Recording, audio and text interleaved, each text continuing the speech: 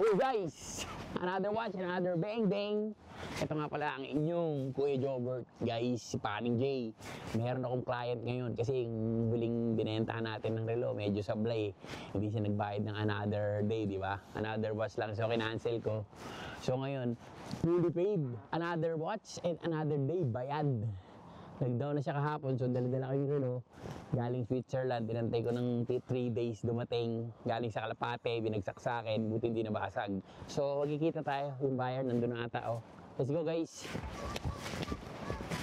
Medyo exciting to, guys, kasi ano to, first sale ko to ditong week na to, kasi nung nakaraan nakabenta ako ng 83 na relos sa isang lugar lang. So, tatlong buyer, bumili ng 18 na relo, hati-hati sila. Ewan ko saan nila dadalhin.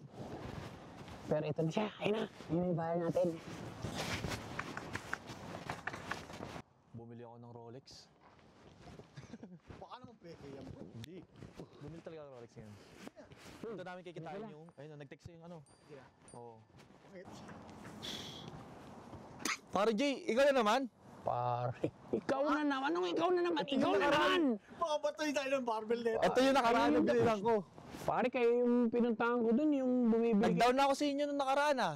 Hindi, mamaya natin pag-usapan yun. Di ba kayo yung pumunta sa bahay, bibili kayo ng ano, ng mga sasakyan ko, tapos bibili mo yung gumagano-gano na ano, huwag natin pag-usapan, mapikon ako po. Pero sige, kalimutan na natin yun. Ano, ng anak ko. Sige, pinapatawad ko na kayo. Pare, ito. Ikaw yung nakaraan ah. Ikaw nga yung nakaraan, di ba na-cancel kasi hindi ka naman nagbayad ng another day, another watch lang. Pero, pare, Nag-down ako, okay na. Ngayon, Tayo. okay na, sige. Diyan ka lang, huwag muna akong lapitan kasi baka mapikon ako sa'yo. Mukha dito. So, diyan ka lang, pare, po ka lang dyan dito ka sabi niya. Pare, ito.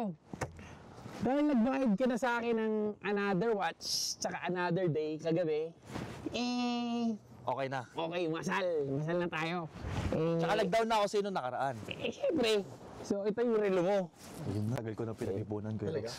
So, ito yung relo mo. Hindi may Solid dong. Hindi may ano, sa loob may microwave ganyan. Hindi, pare, iba, ayan ka na naman.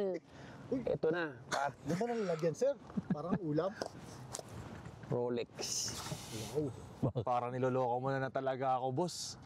Teka lang, bakit yan yung Rolex ang in-order ko sa'yo. Bakit naman dito mo nilagay sa lagayan ng pagkain? Hindi ko nilagay yan. Dumating yan ang bagong Rolex ngayon. Hindi, alam mo ano, di ba umorder ka ng oyster, pare, oyster? Pag binuksan mo to, pare, Rolex oyster, pero amoy mo. Di ba amoy talaba? Oyster na eh. Parang loko ka ba? Lalo ko kaya ata. Hindi, pare, Yung pinag-uusapan kinakwento ko natin. sa nakaraan eh. Ang pinag-uusapan natin dito, Redo, sabi mo oyster. Ano amoy? Amoy mo. O, di mo oyster? Tinan mo muna bago ka magreklamo. Pinag-ipon. Di po ka nakikita, tinan mo. Oh! Ayos! Ano, pare, ayan yan, yung in-order mo. Ano lang yun. Yung lalagyan, yan Kuya talagang Rex, original sinama niya, ko. yung bagong Rolex ngayon. Pinag-ipunan ko talaga yan. Action, bakit? Pare, ito yun.